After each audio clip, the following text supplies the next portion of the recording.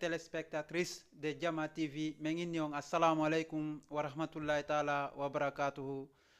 Haray musibe on hiwrama on salminama on landama sta hidon e jam nokku kala ka hikkordon hidon ƴeewa Jama TV fewndo o sayiɗo eɗen andi noon donc wonande wotere nande laabi ɗiɗi nande laabi tati ɓay koko anda joni donc haray fo no weltanano encourage a ko ƴettoton sayiji moɗon ɗin kon sivon ko woni e feƴƴude kon ka télévision meɗen ɗo haray ko adi kon emin hiwrike jama on fof koteji ɗin fof mo be ka hikkori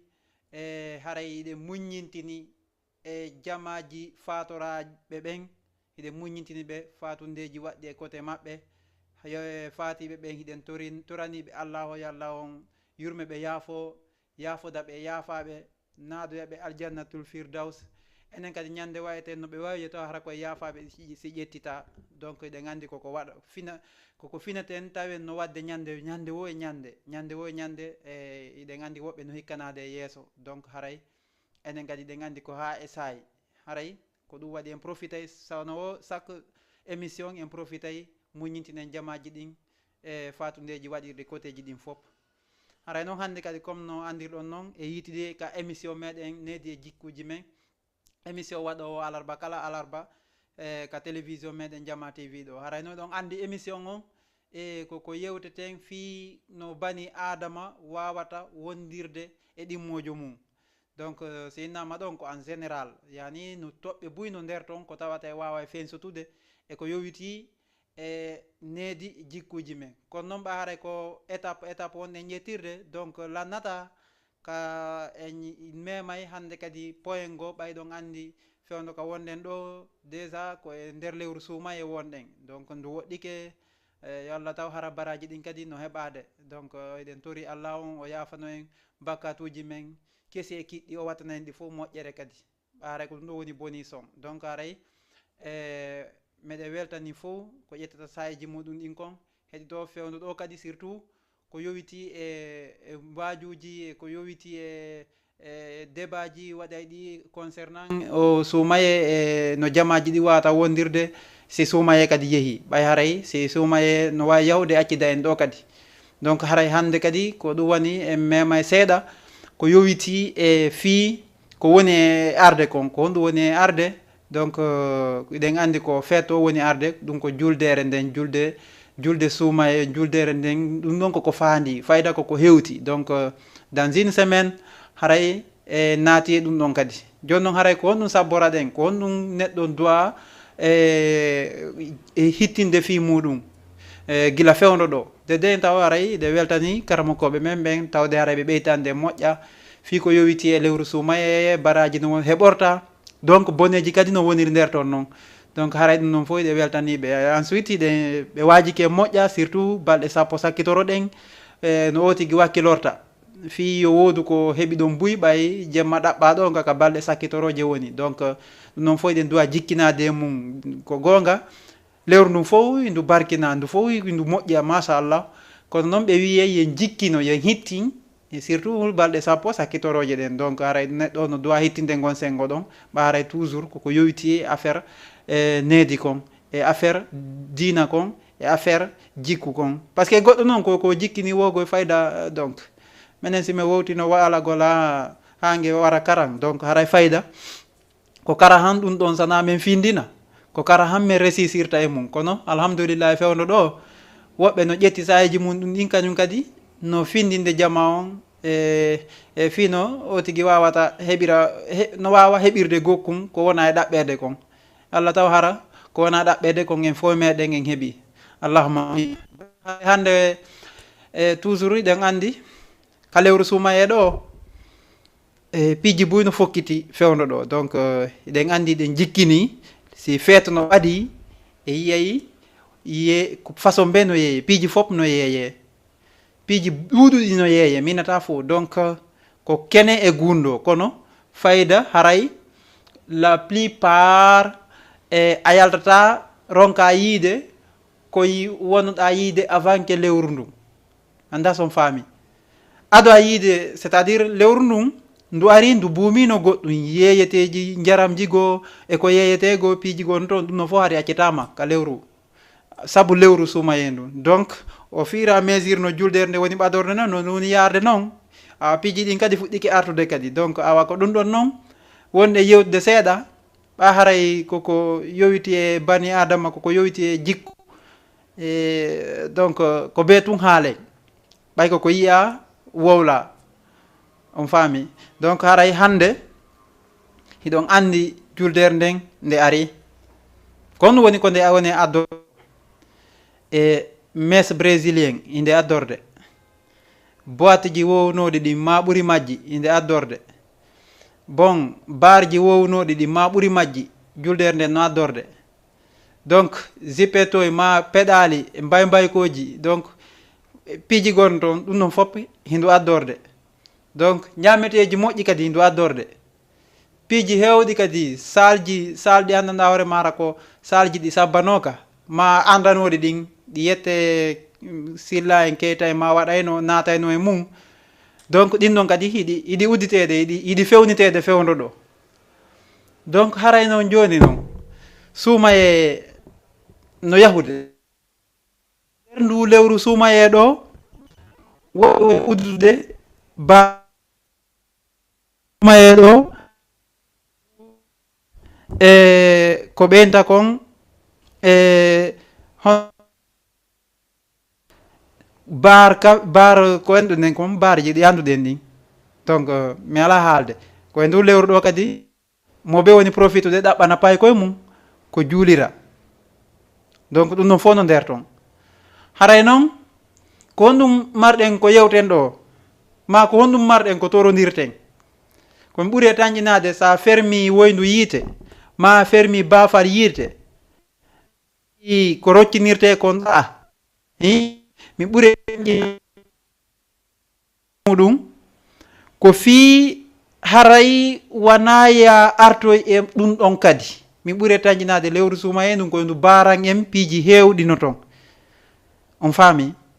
Lewru suumaye ɗum koye ndu baran en dame gono toon koye ndu hiɓɓan en dame gono toon hara ɗen ɗon on ɗe hiɓɓitantako en fi meɗen on aduna. Kono ko fewno ɗo ɗin ɗon kadi fayinti wona artede mum. Donc ko honɗum tortoɗen mawɓe ɓen ma ko honɗum toroderten surtout c'est nous la jeunesse. Parce que imaginez ñande julde gila ka juula o yeey pay ko heew koye giddiki san kaka opaleer je bransa kaka jaramji woni yarayɓe wownoɓe yarde ɗama ndiyan ka ɗum ɗon ka woni ɓen ɗon kadi hammira ɗon e yahayɓe boîte ji ɓen ɗon kadi hammira ɗon. Donc y a pas de problème on andi kondanata ɗum ɗon fo à 100%, c'est à dire en kondanata ɗum ɗon kono on andi tun no woodi ko suliñeten e nder muɗum yani hunde nden si yehi ha a andinama ittiri mayre a andinama moƴƴere ko woni e nder mum a andinama bone ko woni e nder mum. Donc haray toujours hiɗa mesiri no yarata noon wona yayaw ha waɗa exagération yani feƴƴintina ko fi ɗum ɗon wonde yewde feƴƴintinayɓe ɓen. Par ce que en personne min en personne ko nana e mawɓe noon nawo pay kun ko be fija tun ko gonga y a pas de problème pay kun ko be fija bien sûr. Kono noon yo taw hara ka fijirta ɗon yo taw hara pellet wona ko anduɗa haray ɗum ɗon naatay ka ƴiƴamma maro ɗon tawata hara janggo bonnay gurdam maɗan ano fimugol drogue en yargol beere en iɗa yaade boîte ama waɗa toon gamateri c'est n'importe comment donc no gasa ɗum ɗon c'est juste un petit temps haray a retraiti e muɗum. Kono no woodi jusqu'à présent mawɓe wowtunoɓe ma ƴaƴƴurmaɓe kotiraɓe men wowtunoɓe yargol wowtunoɓe fimugol accintingol ɓe ɗum ɗon c'est du probléme. Tawata noon hara de ɓe yahayno boîte kono ɗum ɗon ɓe retraitino e mum kono fimugol ma yargol ɗum ɗon jusqu'à présent eɓe jokki hay ka nder suumaye ɗo woɓɓe on tawino profitude on faami. Donc haray ɗum noon koko doit soulignede koko doit ɗe wattande yilla e mum. Enen kay si goɗɗum ari ne'ugol en jikkino e wawen hoore men ne en hoore men e piiji gono toon ko waɗi e luttata ka fuɗɗi ɗen e luttata ka fuɗɗi ɗen mo be e meɗen wona responsable mo be me wona responsable côté ji ɗin fof noon andi sa yi mo be immora e sengo yani waɗe ɓuro tele maka keɓal ma tele maka andede ma tele maka golle ko di kuuɓe ndaruɓe tawi ko ɗum ɗon taw nafata hunde ko nafata kon wallahi jama yi ɗum ɗon ɓe apprécié ɗum ɗon si ɓe yi kadi ko lorata kon ko ɗon heɓata wori visibilité ko lorata kon par ce que a wadde ko moƴƴi kon fayda hara a andaka ɓurma moƴƴande edi a wadde ko boni kon jama on andirama ɗum ɗon enen noon la plupart mo waɗi ɗo ko moƴƴi fayda o heɓata visibilité o heɓata ɗum célébrité o heɓata mais yo waɗu ɗum ko boni seeɗa haray c'est fini on ɗon on inde makko nde yahay haka goto anda ko ɗum waɗi ɗum nde ɗen taw holli ɗon taw hiɗa duwa moytade siga ɗum noon par ce que woɓɓe ɓen aray toon e fi critique ugol ma mais d'une manière on faami ko manière go c'est à dire d'une autre manière ɓe ardata e ma fi critique ugol ma ɓe ara e ma ɓe nawoy ɓe wajadema fi tu yoɓe andu ko honno jokkirnoɗa par ce que tuma ɓe wajotoma wo ko soit ɓennamata yo ɓe attoranama taw ironie ɓennama he accu ko wonɗa wadde kon vraiment accu ko wonɗa wadde kon inna ɓe acci après noon ɓe yiltitoyo ɓenna ko an ko honɗum e honɗum wonɗa wadde ko saabu honɗum wonɗa fiimande ko saabu honɗum wonɗa yarande et pourtant ɓe haɗinoma ya accu hiɓe andila fiimay kono ko be tum ɓe anda cause on si yehi noon ha ɓe andima ɗon ko ɓen ɗum c'est à dire woɓɓe hara ɓe yehi ha ɓe andi ko honno ƴettirɗa ko wonɗa yarde kon ma ko honno ƴettirɗa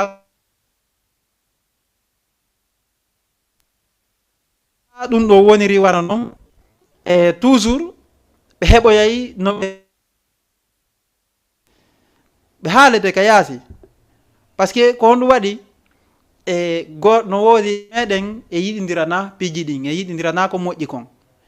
si tawi noon goɗɗo yiɗanaka ko moƴƴi kon vraiment si gaño makko ari tawdimo e ɗum ɗon ko wallete fi yo yaaju o wallatama fi no iwira e muɗum no ɗuytora e mum o wallatama haray ko honɗum torodirten ka suumaye ɗo ça nous reste une seule semaine ko luttani en suumaye en kon donc wata noon en gollu e nder golle moƴƴe ɗen ka nder suumaye fof tawata ñande julde ma bimbi julde haray ɗum noon fof kadi yahori hara ɗum ɗon fof kadi iwi e bote hara ɗum ɗon fof ala importance hara c'est à dire ko yangi wate jaɓuno yanganade mere par ce que yanganagol mere ko ɗum ɗo woni non angal barki donc ko ɗum ɗon no woni en suhetayo ɓaɗo en déjà sakko fi tawa harano e meɗen e yiɗatayo ɓaɗo en sakko harano e men on faami donc haray so daari e fewndo julirɗe ɗen jama o machallah no jikkini jikku moƴƴo julirɗe ɗen no hewde nder e ɓawo donc ɗoftare nden no heewi on faami ɗoftare nden no heewi vraiment e normalement si suumaye yehino kadi yo taw hara fayda ɗum ɗo kadi continue noon on faami ɗum ɗo c'est à dire yeehe leyɗi ɗen fof ala ka honto woni ka pagaye waɗata honto woni ka fijudar waɗata yanna pas ça n'existe pas on pays no fandi minata ala dey minata ala kono noon on iɗu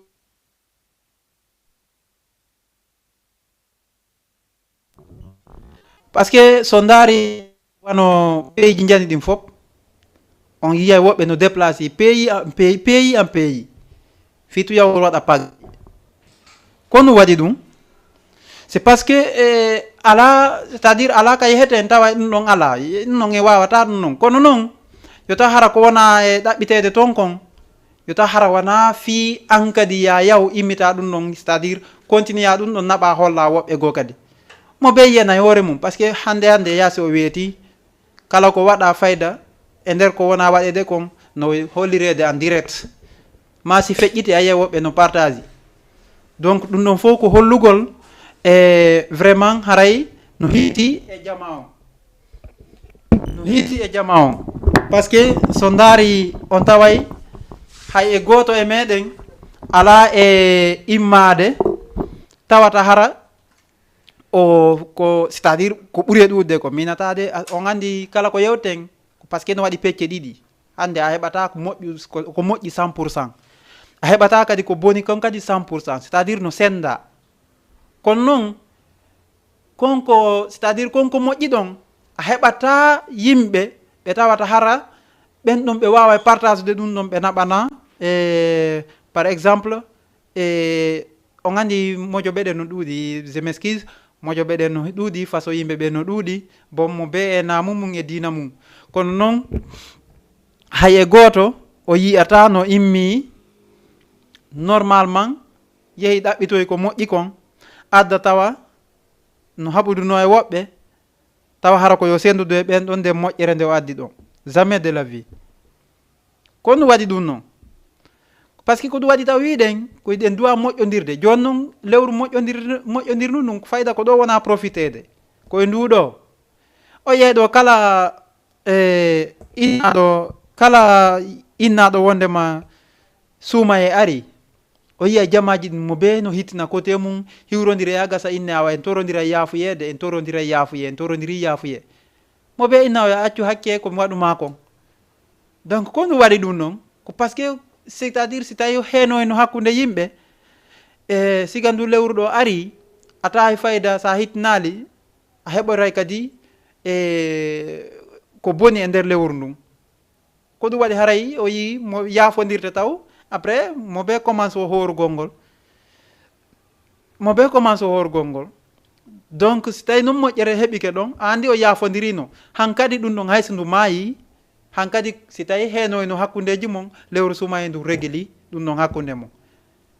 si tawi o hiɗon taƴodirno lewru sumaye ndu wattiti hakkundeji mon si tawi o yehidirantano lewru sumaye ndu wattiti hakkundeji mon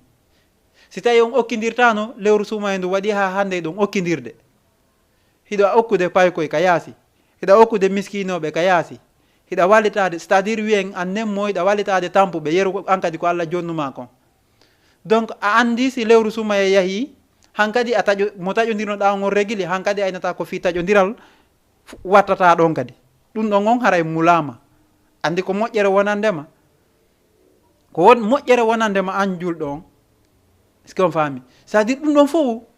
ko fi attirgol yimɓe ɓen yahani ko moƴƴi kon no moƴƴi tun ko fi sa heɓoyi goɗɗugo ka yaasi to soit ko moƴƴere ma ko sattede ɗa wawi arde hollita ɗimmo ma donc o wallitoma e fi e ko hollutoɗamo kon siko moƴƴere heɓuɗa iɗa wawi mo hollutude a heɓiri ni moƴƴere donc wallodiron o trouvanama solution wallodiron ɗum noon fof no toon c'est à dire siko ko mette kadi heɓoyɗa ka yaasi ɗum noon kadi iɗa wawi arde hollamo wona ni o trouvanama solution yeru ko andi kon ɗum ɗon noon continueri noon est ce que sattede wonay ɗon ande bay fo fotata ka aduna ɗo je vous assure fo fotata mais so tawi woni ko kum heɓuɗa kum hiɗa andi ko yonatama kawtama hiɗa andi no mari kono tawi le hari ɗon taƴodirno ko honno yarata ka on ɗon inna eɗa faala ɗon goɗɗum ko honno yarata ka on ɗon inna yo walle hiɗon taƴodirno on inidirta o yehidiranta on okkidirta donc andi sattay on andi sattay donc e nder ɗum ɗon noon ɗin ɗon heeniji fof ittama ɗi supprimama few neutralisama hankadi a yiyata batte mum saabu lewru sumaye donc est ce que hande so tawi woni a gayna naali hoorema e piiji gonno toon sa yehi kawtal ma no jogui est ce que o wawatama surrude par ce que ko yarata ka kawtal ma ko yo surre on faami kala anduɗo hoore mum kala marɗo kawtal si ɗimmojo makko yehi ka makko yo andu ko surran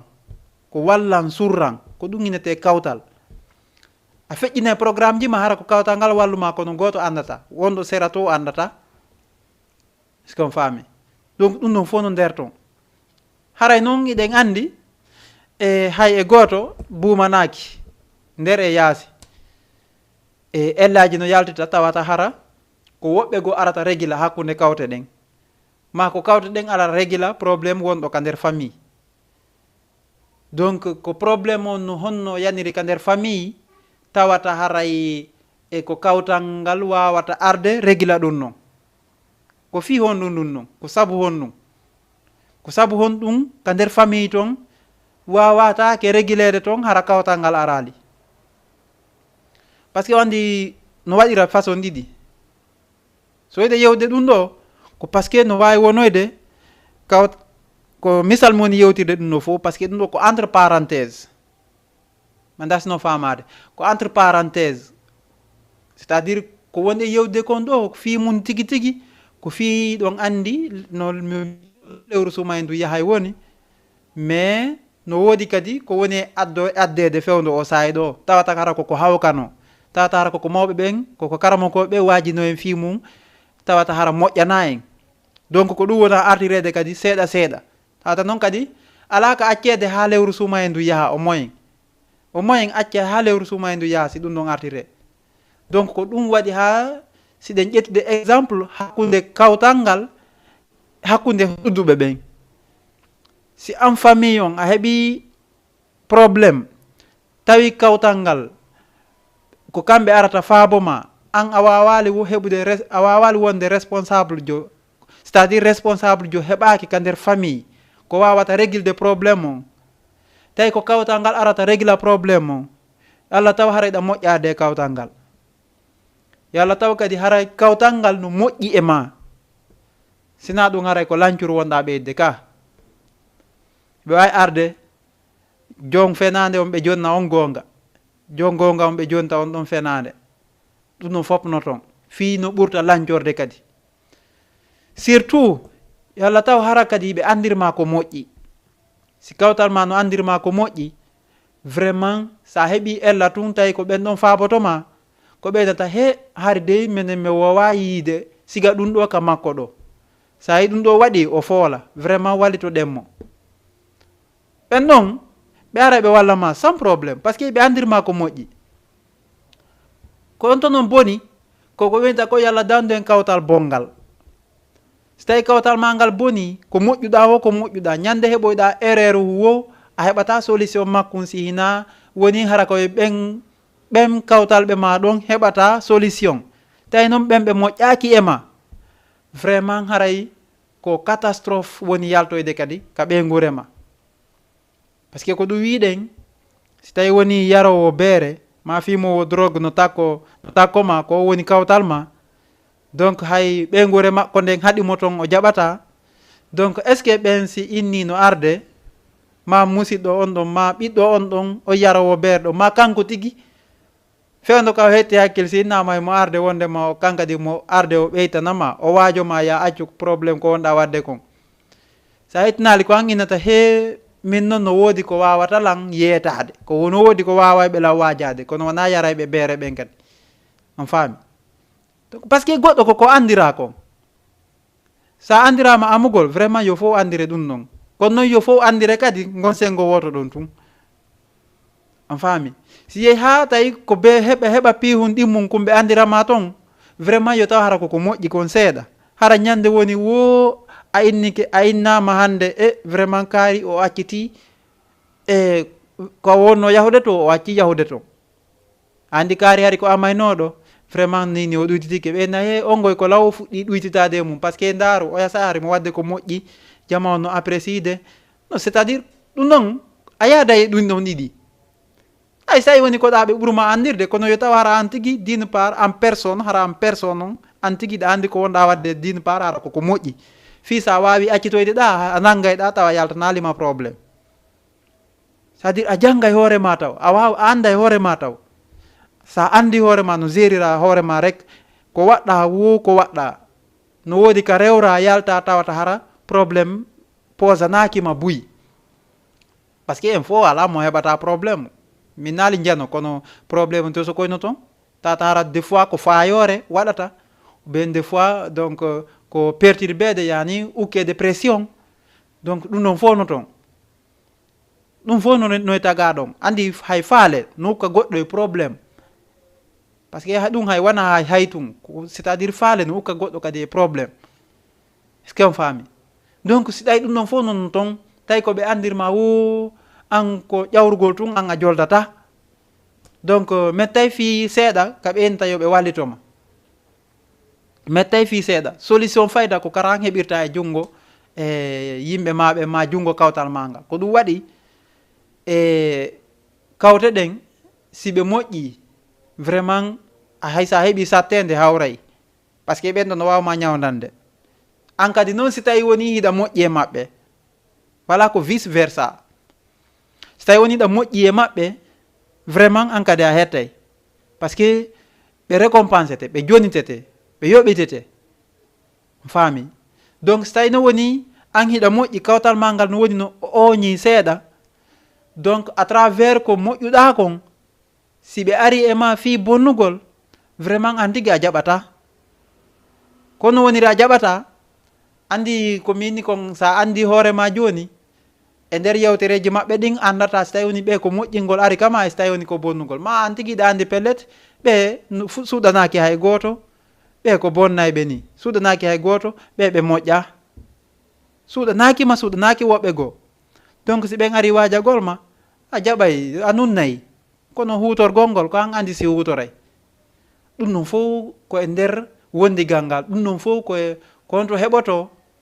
ko e nder wondigal ngal e nder wondigal ngal noon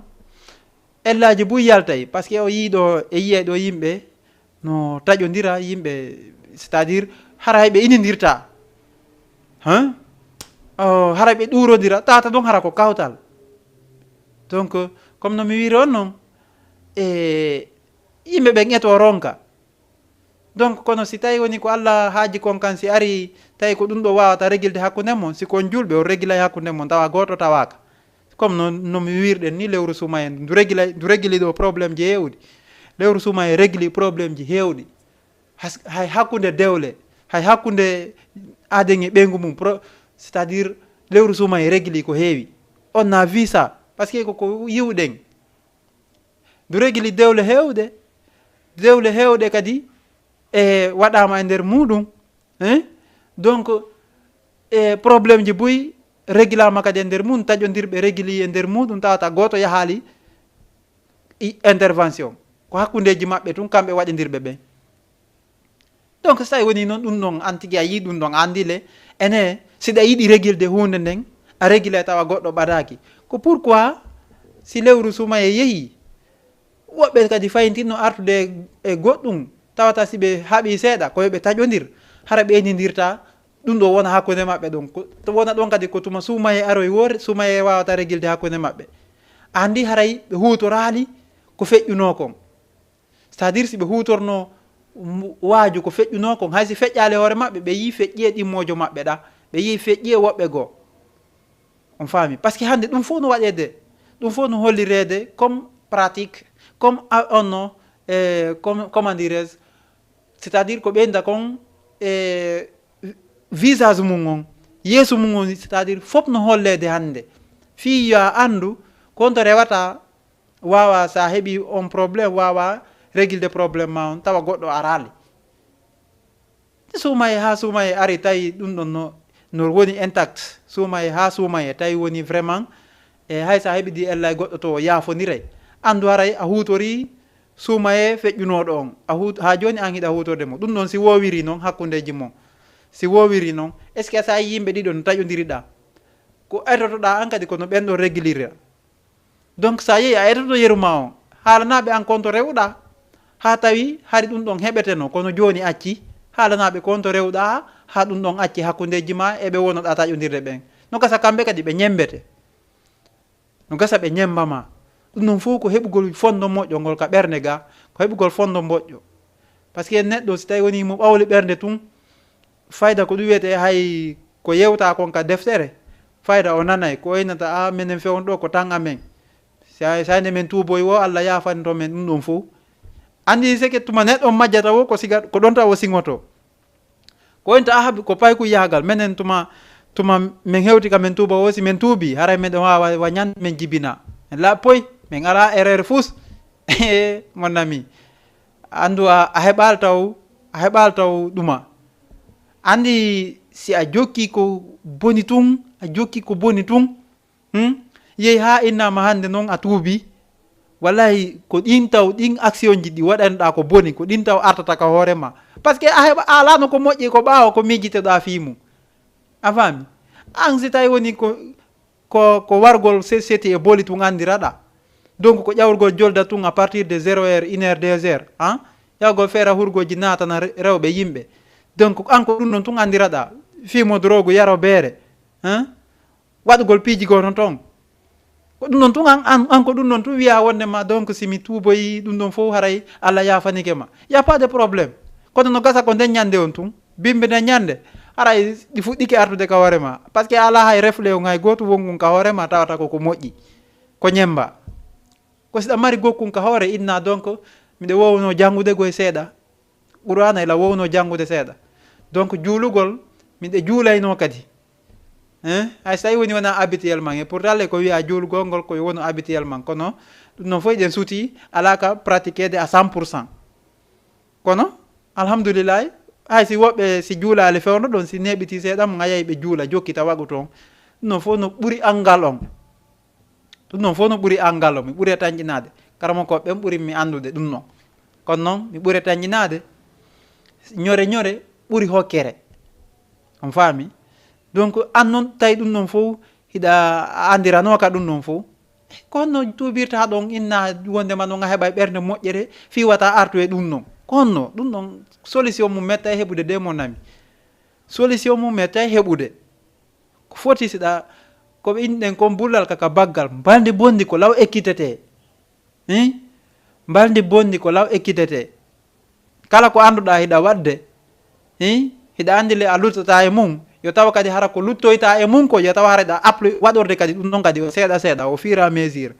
hara ñande accittuɗa ko boni ko wo hiɗa andi da marno laawol fewgol ngol jokkunoɗa avant que a tuubude donc ngol ɗon artata ka hoorema fi no tuububuye ma on continuera hara artinaralima ko boni kon où est le problème andi ara hetti hoorema mais ko ɗon non woni ko ɗumanni kon ko ɗo woni ko satti kon ko ɗo woni ko yewtete fi mum kon moƴƴa noon par ce que haalete goy kono hutorgol ngol c'est du problème e ɓayle yi hande fayda mawɓen fop mawɓe towa duuɓiɓe fayda ko ɗum wiyete ɗuuɗa c'est à dire ɗum ɗo fof ko waaju quoi ko waaju so daari hande suuma e waɗiri ni tawata mawɓe no woodi cancame ɓe ɗuuɗa goy ko mi wi on kon ɓe ɗuuɗa kono tawata hara hay nawyi kono ɓe wakkili ka lewru par ce que ɓe andi baraji ko woni e lewru ndun kon ɓe wakkili ka waajuji ɓe wakkili yeetagol ma ya yilto e fondoji goo ko par ce que kamɓe hay so tawi woni ɓe rewino e mum kono ɓe waɗno limite awa ma ɓe yii kadi ko ha honto talallake mum on woni ko hewtiɓe ɓe yii kadi ma ɗum ko ha honto talallake mum o woni ko nanngoyta neɗɗanke on so tawi woni o continue ɗum ɗon noon ko boni kon ko ɗum waɗi a yiyay mawɓe no waajo ɓe waajaki toon fiiɓe woni mawɓe il faut qu'on se comprenne en famodira e moƴƴa andi mawɗo waajata ko toon fi o woni mawɗo jamais de la vie ko waajorta ko par ce que ndu woodi ko rewino e mum fewndo ko waawi tawata hara ɗum no juude e makko fewndo ka ona ma o heɓi sattende nder muɗum avant que o hewde hay si tawi tun woni mawɗo innima ɗo miɗa rewa ɗo miɗe keranma ɗo par ce que ɗe andi ko ha honto bone mum on woni ko hawni siko a anduɗo waɗa wi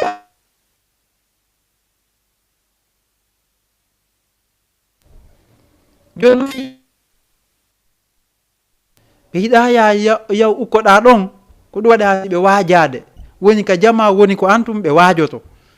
ɓe haalay erreur ji ɗin ɓe haalay probléme ji ɗin ka woni ɗon woɓɓe ɓen ko waaju simple yewtata woɓɓe ɓen koko c'est à dire ɓe ƴettay deftere nden ɓe gollitira deftere nden ɓe yeeto en ko ha honto ellaji ɗi woni si ɗi yalti ko ha honto ɗi suwata e tagaɗo on gandi e comme no wirɗen noon souvent mayde anda o ko mawɗo o ko paykum jamais mais kamɓe noon ɓay Allah acciɓe ha fewdo kaɓe hewti ɗon. Donc haray toujours haray no wawi wonde kamɓe ko ɓe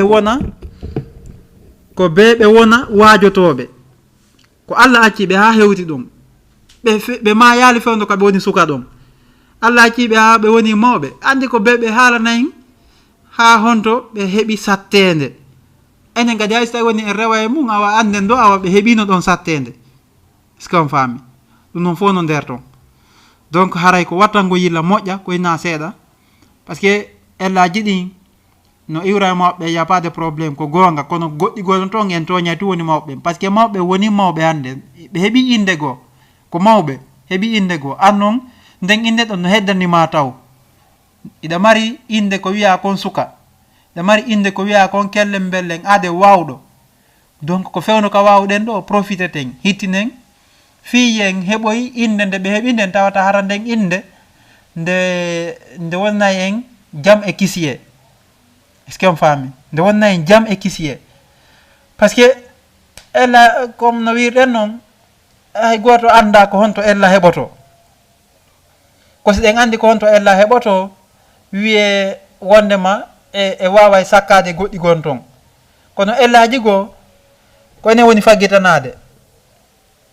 ellaji goo noon konkoynte kon ko tuma feggiɗa e mo wo anda no jaka yo ɗo kori jaka ɗo rewatake sa rewi ɗo aw koto e bulle kono ko adade a tufade taw haray ko be rewa ɗon mais sa tufike tun a anday ɗon jaka rewatake. est ce que sa yiɗi mojo ma no ara rewa ɗon aynamo yo rew ɗon aynata yo rew ɗon parce que a heeɓi probléme ɗon. donc on doit faire beaucoup attention parce que aux jeunes génération c'est à dire ɗum naɓoray ɗum c'est à dire hendu ndu naɓoray goɗɗo naɓoray de je vous assure aduna on ko naɓoray woni o yigoy fewno ka fewnden ɗo dare comment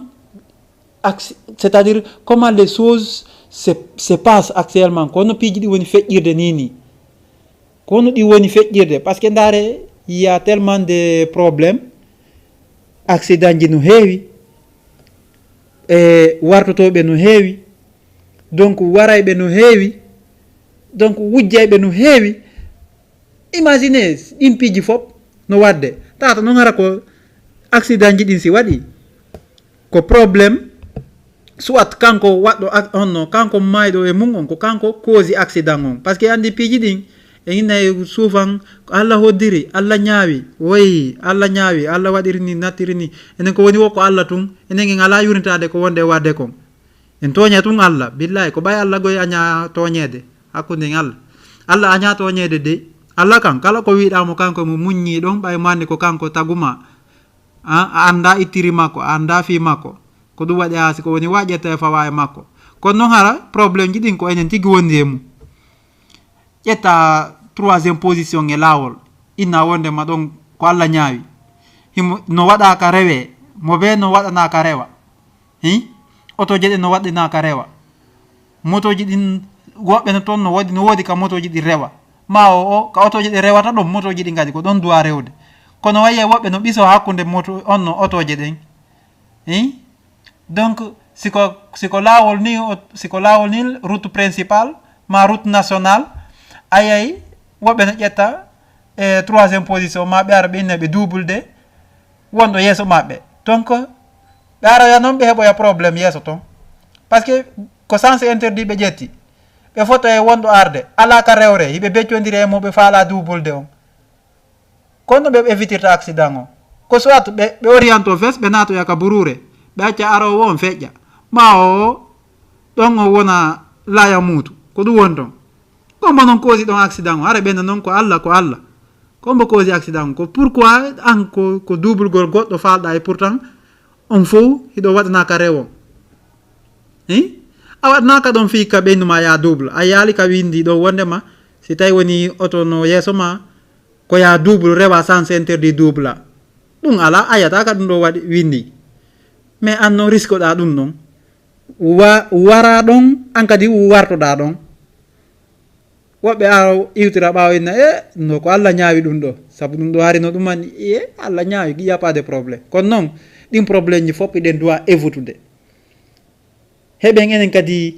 c'est-à-dire mentalité ji gon ton itten ɗi ka haqqille men itten ɗum ka koye men few itten ɗum ka koye men few enen kadi wonen ko ɓeynta ko responsable enen kadi wonen ko yimɓe ɗaɓɓaɓe ɓen ma yiya ɗimmojo ma no nangodiraɗa wano probléme ma bandi no natanimo ma an tigui yaha créanamo ɗo probléme du coup immina bandi e makko tawata noon hara komo welduɗa ko ɓay tu wonimo ɓuruma tawata hara ko yaha immanomo siga ɗin probléme ji fof ɗum no toon donc ɗum noon fof eɗen duwa evutugol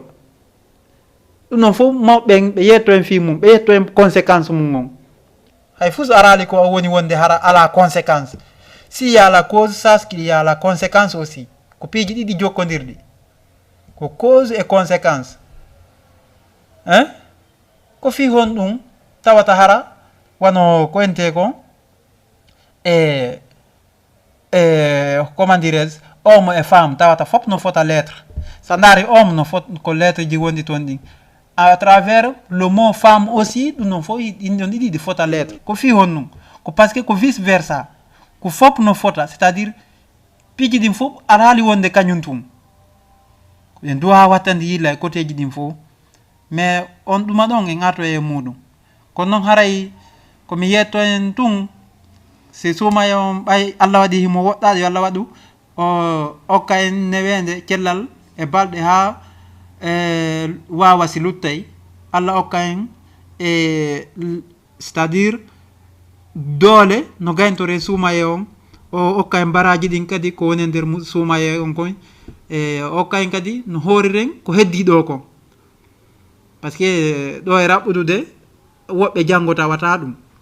woɓɓe ɗo yontere hande tawa woɓɓe wuura est ce que on faami hay goto anda ko allah tun no wodani